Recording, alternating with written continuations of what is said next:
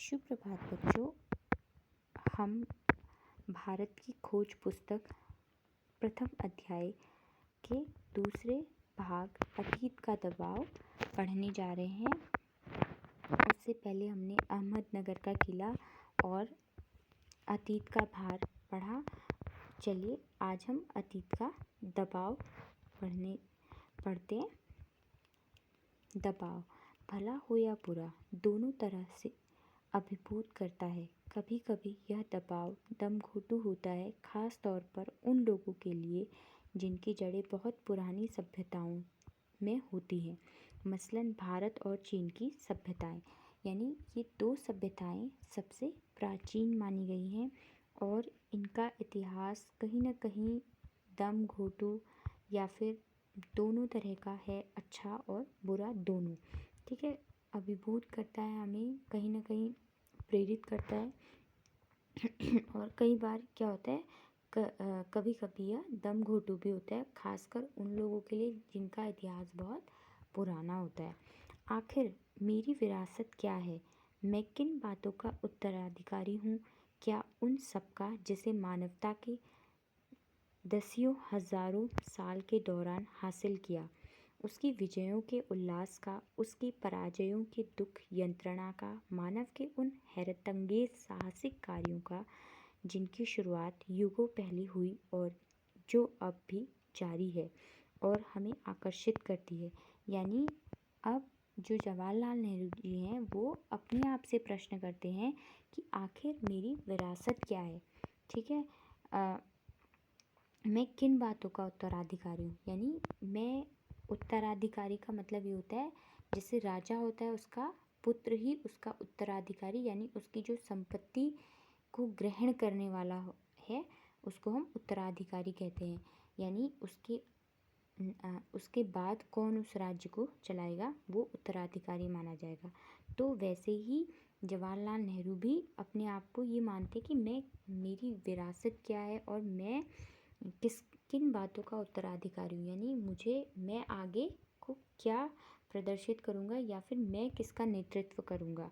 ठीक है, क्या उन सबका जिसे मानवता के दसियों हजारों साल के दौरान हासिल किया, क्या वो जो पिछली परंपरा जिसे हमने समय मतलब दसियों हजार साल पहले ग्रहण किया, या उन विजयों के उल्लास यानी उन जो युद्धों में जो विजय हुई उसके उल्लास खुशी, या पराजय के दुख और यंत्रणा, या फिर मानव के उस हैरतअंगेज साहसिक कार्यों का जिनकी शुरुआत युगों पहले हुई थी। ठीक है, या फिर वो अपने आप को ये प्रश्न कराए, क्या मैं युद्धों में विजय होने के उल्लास को अपना मानूं, उसका उत्तराधिकारी बनूं, या दुखों का उत्तराधिकारी बनूं, या फिर मनुष्य जिसने हैरतअंगेज यानी कि हैरान करने वाले जो साहसिक कार्य किए हैं शुरुआती दौर में उनका उत्तराधिकारी स्वयं को मानूं, जो अब भी जारी है। यानी कि जो मनुष्य है वो निरंतर कुछ ऐसा कर जाता है जो कि सबको हैरान करता है और हमें आकर्षित भी करता है। मैं इस सब का वारिस हूँ, साथ ही उस सब का भी जिसमें पूरी मानव जाति की साझेदारी, यानी कि मैं उसका भी उत्तराधिकारी हूँ जिसमें मानव जाति की साझेदारी है। यानी मिलजुल कर जहाँ पर चीज़ों को आगे बढ़ाया गया है, मिलजुल कर प्रयासरत होकर लोग आगे बढ़े हैं, यानी मानव सभ्यता आगे बढ़ी। हम भारतवासियों की विरासत में एक खास बात है जो अनोखी नहीं है, क्योंकि कोई व्यक्ति औरों से एकदम अलग नहीं होता। अलबत्ता एक बात हम लोगों पर विशेष रूप से लागू होती है जो हमारी रक्त मांस और अस्थियों में समाई है। इसी विशेषता से हमारा वर्तमान रूप बना है, हमारा भावी रूप बनेगा।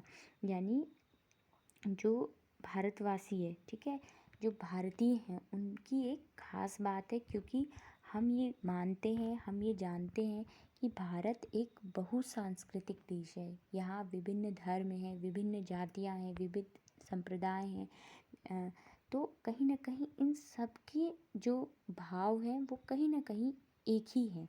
ठीक है, अगर हम पूरे भारत के पूरे नक्शे को देखें, हम उत्तर से दक्षिण जाएं या फिर हम पूरब से पश्चिम की तरफ जाएं, हर व्यक्ति की सोच कहीं ना कहीं एक जैसी ही है, ठीक है। सबके भाव एक जैसे ही हैं, सब में एक जैसे भाव ही हैं। खुशी में खुशी के जैसे अगर ईर्ष्या का भाव है तो सब में ईर्ष्या है, तो कहीं ना कहीं हम किसी भी राज्य में चले जाएं तो हमें हमारे जैसे लोग मिल ही जाते हैं, ठीक है।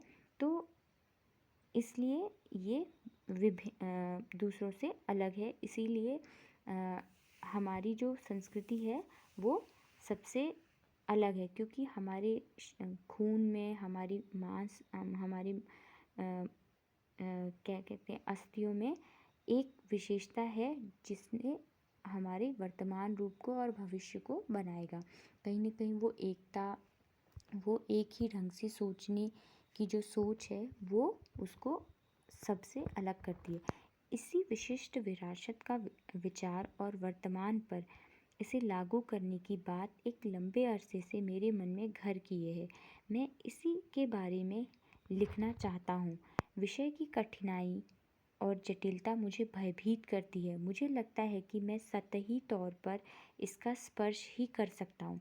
अगर जवाहरलाल नेहरू जी ये कह रहे हैं कि मैं इस विशिष्ट विरासत के बारे में अगर लिखूं, विचार और वर्तमान में इसे लागू करूं, ठीक है, तो कहीं ना कहीं क्या है, वो लिखना तो चाहते हैं विचार और किसको, वर्तमान को, दोनों को मिलाकर, लेकिन उनके साथ कठिनाई ये है कि विषय बहुत ही जटिल है, क्योंकि इस तरह सभी में जो एकता है उसको दर्शा पाना जवाहरलाल नेहरू को लगता है कि उनके लिए काफ़ी कठिन है और यह कार्य उन्हें भयभीत करता है, ठीक है। और उन्हें ये लगता है कि मैं सतही तौर पर इसका स्पर्श ही कर सकता हूँ, केवल महसूस कर सकता हूँ, ठीक है। मैं उस भाव को समझ सकता हूँ लेकिन उसे शब्दबद्ध करने में मैं असमर्थ हूँ, ऐसा